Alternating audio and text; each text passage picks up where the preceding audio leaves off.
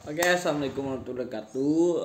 Kita membahas jauh dari bola. Mungkin ini satu fans, satu saya gemari. Satunya nonton MotoGP.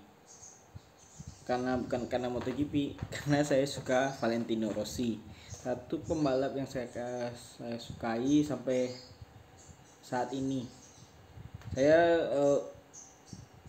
ya gimana ya, awal-awal nonton MotoGP itu kan saya nggak tahu apa sih MotoGP itu, apa sih enaknya film motor-motoran. Tapi semenjak saya lihat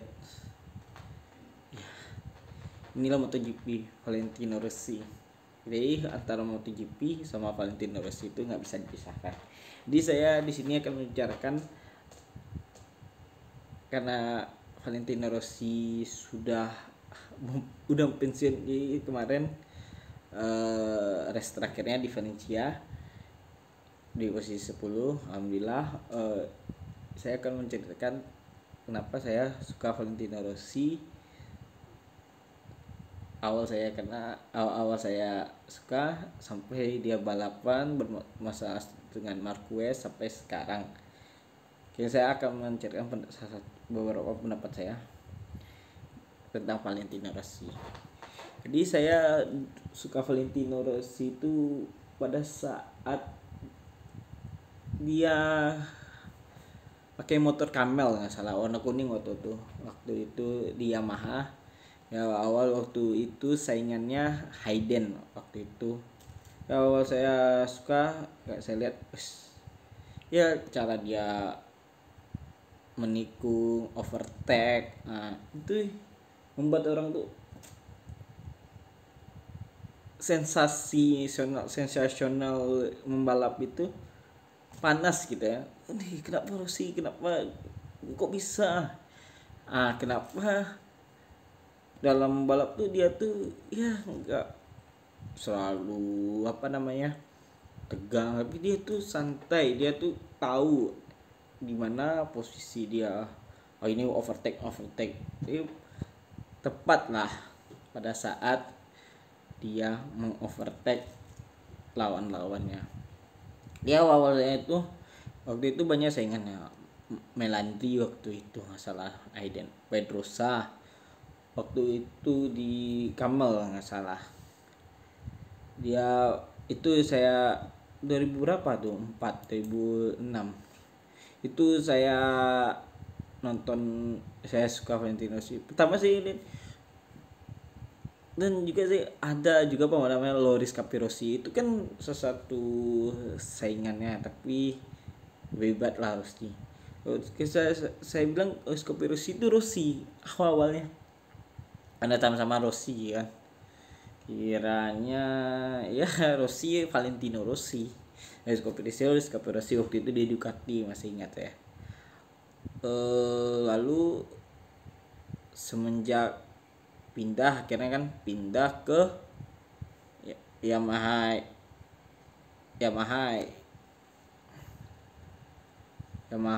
satu lagi, Tech 3 ya salah.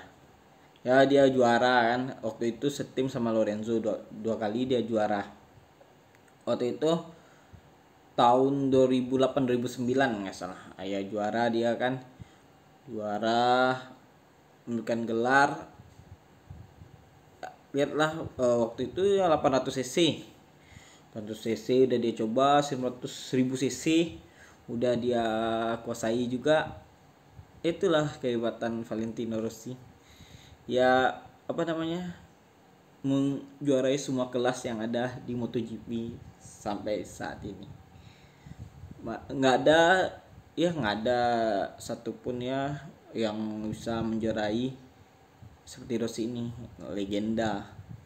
Jadi waktu itu dia sama Lorenzo dua kali, pertama lawannya Stoner nggak salah waktu itu. Stoner udah dikalahin, siap tuh Lorenzo udah dikalahin. Marquez sebenarnya udah dikalahin, mungkin kan dia juara 2 waktu itu kan karena insiden. Ya di sini saya bilang insiden sama Marquez tersebut ya banyak perdebatan di sana. Ya memang kalau kita lihat yang salah Marquez pada saat itu, karena dia banyak pembalap yang marah sama dia karena terlalu agresif, ya membuat pembalap itu akan jatuh, membuat pembalap itu terganggu dalam ritme membalap pada saat itu. Lihatlah Rossi pada saat di Sepang pertama, Rossi udah peringatkan, pas sekali lagi dia masih agresif juga. Dia tuh ya Marquez tuh kalau bilang hebat, tapi dia terlalu agresif karena kencang motornya. Dia nggak takut membahayakan pembalap lain. Dia skillnya nggak ada serius. Kalau Marquez tuh skill, tapi mungkin motor kencang dia bisa memanfaatkan motor tersebut. Kalau skill dia jauh sama Rossi, sumpah. Jadi pada saat itu ya terjadilah jatuh Marquez karena ditendang, padahal bukan ditendang sih, tapi memang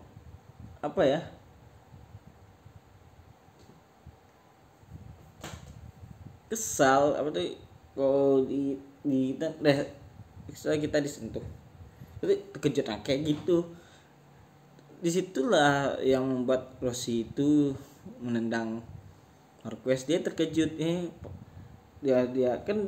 pada itu kena kepalanya bersenggolan sama kaki Rossi. Rossi itu respect atau mencoba terkejut ditendangnya Marquez kan. Jadi disitulah orang MotoGP itu nggak tahu itu kalau sisi proses itu nggak sengaja menurut saya sih pada saat itu. Seandainya pada saat itu Rossi gak bermasalah pasti juara. Jadi pada saat itu kan Lorenzo yang juara pada saat itu. Jadi itulah akhirnya dia pindah ke Ducati kan. Sebelum yang saya bilang dia pernah juga di Ducati ya, nggak ada juara dunia. Lalu dia balik Yamaha, hampir juara dunia, pindah terakhir Yamaha Petronas ya. Yamaha Petronas ya nggak ada juga juaranya podium, nggak juga, palingan juara 4 nggak salah Valentino Rossi. Jadi banyak ya duet teman tenis tadi saya tahu. Pertama dia sama Colin Edward, Lorenzo, baru Lorenzo. Lalu Vinales. Dulu Hayden pas diikuti, Hayden nggak salah, Hayden sama siapa tuh? Hayden salah pas di Ducati sama Hayden. Lalu dia